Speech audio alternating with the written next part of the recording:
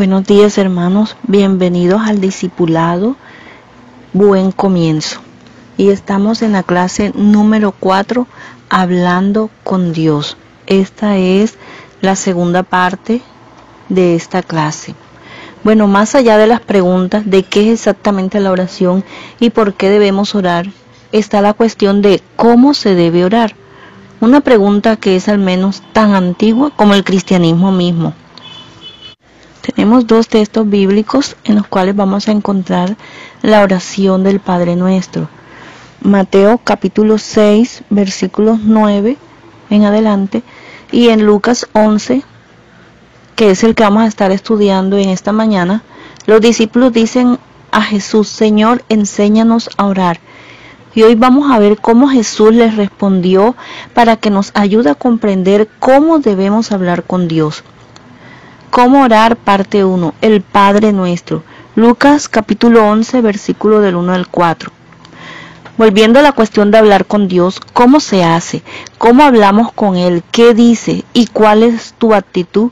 Para ayudarnos a comprender cómo debemos orar, vamos a estar leyendo Lucas capítulo 11, versículos del 1 al 13. Primero empecemos con los versículos del 1 al 4. Vemos la respuesta de Jesús a las preguntas de sus discípulos en los versículos del 2 al 4. Vamos a ver cada sección de la oración para ayudarnos a pensar más en el contenido de nuestras oraciones. Primero se nos dice que nos dirijamos al Padre. ¿Qué puede esa palabra, título, enseñarnos acerca de la oración? Nos dice algo acerca de Dios y cómo Él se relaciona con nosotros. Padre implica autoridad e intimidad. En términos de autoridad estamos orando al Dios que ya comentamos la semana pasada, quien creó el mundo, colgó las estrellas en el cielo, creó los océanos y estableció sus límites. Y como nuestro creador, Él nos creó a nosotros, es dueño de nosotros, para vivir bajo su autoridad. Así dirigimos nuestra oración a Él como nuestro Padre. Estamos reconociendo nuestra dependencia de Él como un niño depende de su Padre terrenal. ¿Alguien quiere tratar de describir lo que significa santificado? Santificado, hacer algo santo, santificar, honrar, venerar. Estas palabras nos dirigen a un par de pensamientos. En primer lugar, vemos que la oración no es simplemente pedir cosas para nosotros mismos. Ahora vamos a ver que Cristo incluye nuestras peticiones personales, pero observa que Él no comienza allí. En cambio, primero nos instruye a dirigir nuestros pensamientos a la gloria de Dios. Pregunta: ¿nuestras oraciones aumentan la santidad de Dios? Ese es el punto de partida. La idea aquí no es que debemos orar para que el nombre de Dios sea santo o glorioso, en el sentido de que nuestras oraciones agregan algo a Dios. Él ya es esas cosas, aparte de lo que hacemos u oremos. Por el contrario, al orar, la gloria de Dios debe ser proyectada en nuestras vidas y en el mundo alrededor de nosotros. Él debe ser reconocido y adorado por quien Él es. Por tanto, nuestra primera preocupación en la oración es que Dios sea glorificado. En segundo lugar, entender que Dios debe ser adorado y honrado. Puede ayudarnos a prevenir que lo humanicemos y que olvidemos realmente quién Él es y cómo es Él. Creo que a menudo puede haber una tendencia en el cristianismo contemporáneo hacia una familiaridad con Dios que puede no ser apropiada. Incluso como cristianos, nuestra naturaleza pecaminosa constantemente quiere hacer a Dios a nuestra imagen. Nos olvidamos de la santidad de Dios y de la perfección de su carácter. Aunque Dios esté cerca de nosotros y se relacione con nosotros, aún esté en nosotros, en su espíritu, Dios sigue siendo Dios, infinitamente perfecto e incomprensiblemente santo. Para ayudarnos con esto, piensa en la respuesta de los hombres en las Escrituras cuando son confrontados con la santidad de Dios. Job se queda sin palabras y es consciente de su completa ignorancia delante de Dios. Isaías cae postrado, abrumado por su inmundicia. Y Dios tiene que esconder a Moisés en la hendidura de una roca para que Moisés pueda sobrevivir de su presencia pasando. Así que vemos que nuestra oración debe reconocer primero la relación entre Dios y nosotros. Él es nuestro Padre y nosotros somos sus hijos. Y en el punto de partida o la fuente de nuestra motivación para la oración es la gloria de Dios. Él es el punto de partida. La siguiente línea dice, venga tu reino. En esta línea vemos un par de cosas más cerca de cómo debemos orar. Primero, ten en cuenta que no venga mi reino, sino venga tu reino. Por tanto, no solo debemos desear mostrar la gloria de Dios, sino concretamente cuando vamos a Dios en oración, debemos tener en cuenta los propósitos de Dios. ¿Cuáles son algunos de los propósitos de Dios por los que debemos orar y tener en mente cuando decimos, venga tu reino? Más específicamente, este versículo nos enseña por lo menos un par de cosas acerca de la oración. Primero, la oración debe ser una expresión de esperanza en el reino de Dios. Deberíamos recordar a menudo que hay un reino que viene. Dios está expandiendo su reino ahora y habrá un tiempo cuando Cristo consumará su reino eterno. Así que nuestra oración no debería ser una expresión de nuestros deseos mundanos o de conseguir lo que queremos aquí y ahora. Al contrario, debería ser una expresión de nuestra más preciada esperanza, el reino venidero de Dios. En segundo lugar, en la frase venga tu reino, vemos que nuestras oraciones deben ser una expresión de humilde sumisión y confianza en Dios.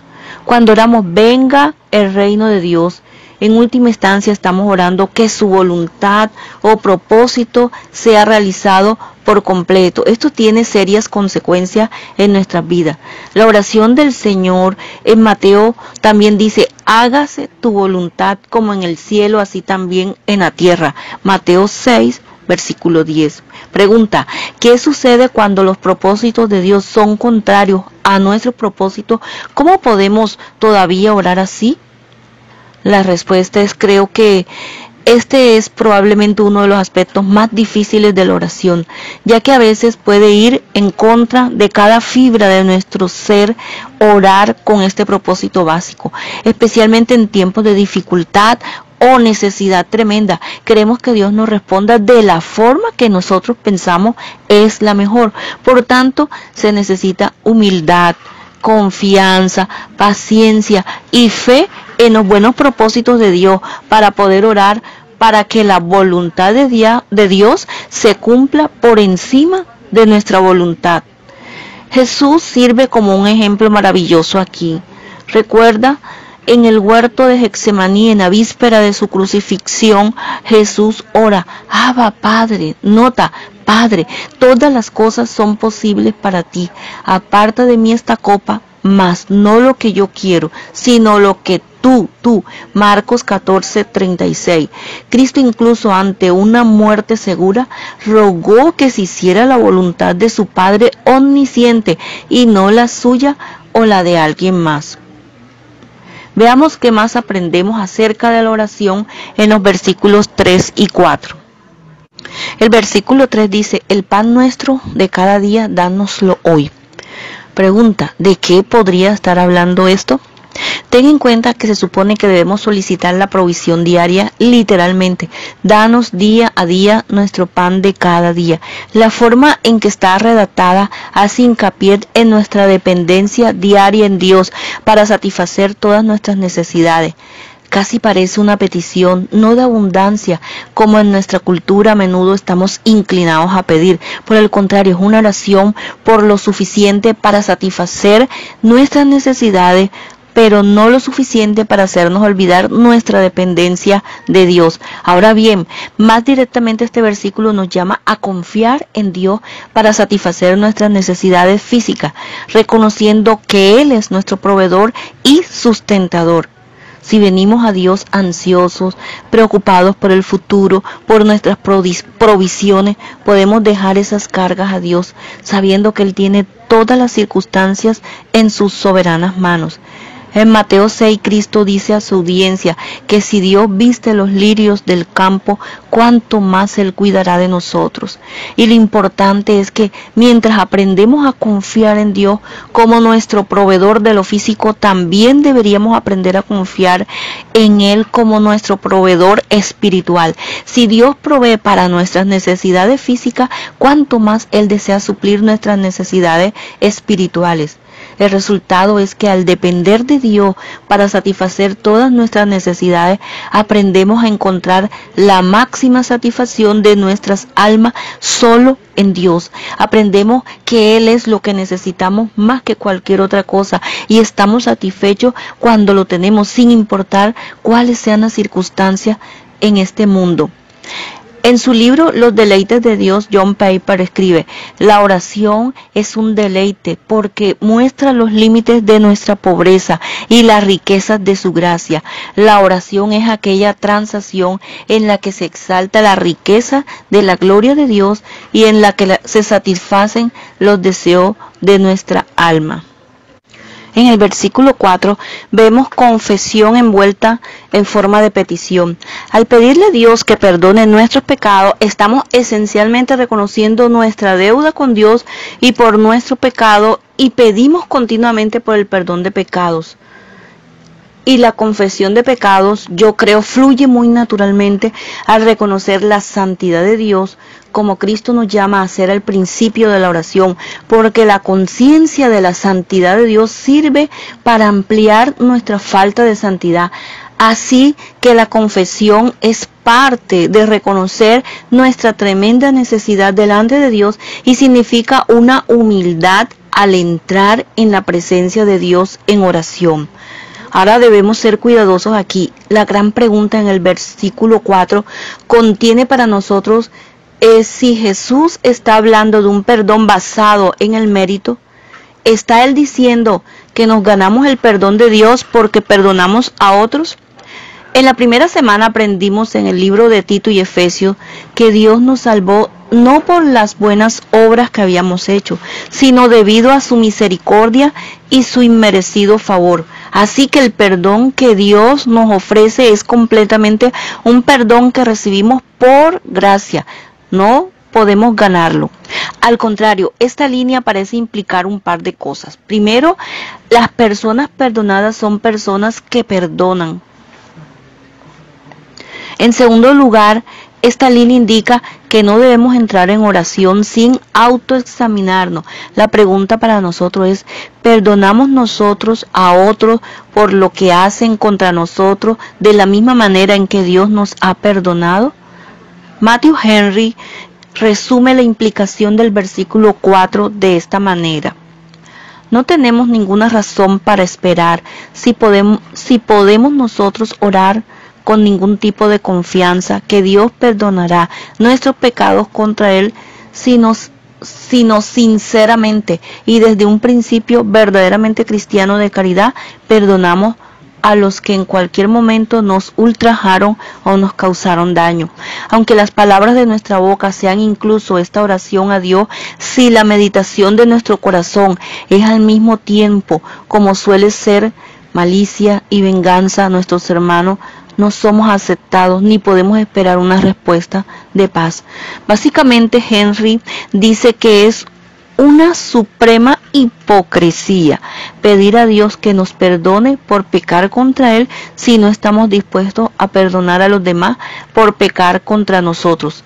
Así, en la oración debemos reconocer nuestro pecado ante Dios pidiendo su perdón, y mientras lo hacemos debemos probar nuestros corazones para ver si nuestras vidas están marcadas por el perdón que buscamos de Dios. Echemos un vistazo a cómo cierra la oración. Con una oración de protección contra la tentación. Esencialmente, este elemento en nuestras oraciones refleja la realidad que como cristianos estamos bajo asedio. En nuestra segunda clase, Viviendo en los Caminos de Dios, observamos que si bien estamos muertos al pecado y se nos ha dado una nueva naturaleza, todavía luchamos con las inclinaciones pecaminosas de la carne. También sabemos por las Escrituras que Satanás busca nuestro daño espiritual. Efesios capítulo 6. La pregunta para nosotros es, ¿qué hacemos con esta información sobre la realidad y esa batalla espiritual en la que estamos envueltos? La respuesta de Jesús en parte es orar. Oremos para que Dios, quien es lo suficientemente capaz, nos libre del mal, tanto del mal de nuestros corazones, que naturalmente nos inclina a pecar, así como también del maligno, que busca destruir aún nuestra fe, si eso fuera posible. Para resumir lo que Cristo ha enseñado acerca de la oración hasta el momento. Un ABC de la oración. Dice: A. La oración es comunión con Dios, quien tiene autoridad sobre nosotros y sin embargo también es íntimo. B. Debe ser hecha con la gloria de Dios y su voluntad en primer lugar en nuestros corazones y mentes. C. Es una expresión de nuestra dependencia y confianza en Dios para satisfacer nuestras necesidades y protegernos del mal. D. Debe ser hecha con humildad, reconociendo nuestra necesidad de perdón. En nuestras propias oraciones, un acróstico útil. Casa. ¿Estás familiarizado con él? Veámoslo. C de casa dice confesión. La A, adoración. La S, súplica. Y la A, acción de gracia. Para que te guíes cuando estés orando. Confesión, adoración, súplica y acción de gracia. Vemos elementos de los 4 puntos de la oración de Cristo. También te darás cuenta de que hacemos algo muy parecido a nuestro servicio de oración los domingos en la mañana. La oración de alabanza, oración, la confesión y la oración pastoral, acción de gracia y súplica. Segundo, ¿cómo orar? Parte 2. La parábola del amigo inoportuno. En Lucas 11, versículos del 5 al 13. Jesús no solo nos dirige sobre el contenido de nuestras oraciones, Él también utiliza otra parábola para dirigirnos en cómo debemos orar o nuestra actitud en la oración. Para más información de cómo deberíamos orar, vamos a mirar juntos la parábola del amigo oportuno en Lucas 11. El anfitrión enfrenta 2 opciones. O va a medianoche al hombre que él sabe tiene alimentos cuando la familia seguramente estará dormida, o se convierte en un anfitrión grosero y hostil con su huésped. Ninguna opción es agradable. Históricamente es importante tener en cuenta que el hogar promedio consistía en solo 1 o 2 habitaciones. Las familias solían dormir juntos en una estera grande y las puertas tenían pernos pesados sobre ellos que despertarían a la casa entera cuando se abre. La pregunta realmente es: ¿quién tiene la osadía de despertar al vecino y su familia para pedir pan? ¿Quién está dispuesto a dejar a un lado su orgullo y reconocer que necesita lo que solamente otro puede ofrecer? De manera que esa es una gran lección para nosotros sobre la oración.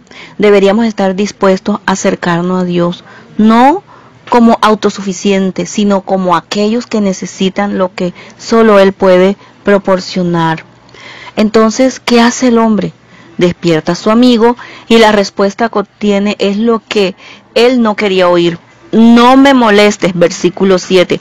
Pero mira lo que Jesús en el versículo 8. Debido a la audacia del hombre, el amigo lo ayudará. Entonces la persistencia del hombre vale la pena. Mueve a su amigo para responder a su solicitud. Continuando los versículos del 11 al 13, presenta una bella imagen de un Dios amoroso y misericordioso, ansioso por proveer para sus hijos. Pregunta: ¿qué vemos aquí que el Padre desea darnos? Respuesta: su Espíritu Santo. Esencialmente lo que Dios quiere darnos es mucho más de sí mismo y lo hace a través del Espíritu Santo. En las Escrituras podemos ver qué tremendo regalo el Espíritu Santo es. Es el Espíritu Santo que marca al cristiano del no cristiano. Es el Espíritu Santo el que nos da vida nueva, regenerándonos. En Efesios podemos ver que el Espíritu Santo es dado a nosotros como un sello de garantía de nuestra herencia en el reino de Dios. El Espíritu Santo también ilumina nuestras mentes, revelando una verdad espiritual que nos da sabiduría de Dios, nos santifica. El Espíritu Santo nos consuela. Y en Romanos capítulo 8 vemos que es el Espíritu Santo el que intercede por nosotros y nos ayuda en la oración delante de Dios. El Espíritu Santo es el mejor regalo posible que Dios podría dar y la única cosa que deberíamos desear por encima de todo. Este es un buen desafío para nosotros. ¿Quieres una mejor idea de cuáles son tus deseos? Entonces cuando ores, piensa en lo que pides. Es una larga lista de deseos físicos o relacionados, un trabajo, una promoción, dirección en tu vida. Todas estas cosas pueden ser dignas de oración, pero ¿son tus oraciones consumidas por estas cosas? ¿U oras para tener más de Dios mismo, más de su Espíritu? ¿Oras como si la intimidad con Él es tu preocupación número uno? Lo que pedimos nos dice mucho sobre lo que deseamos.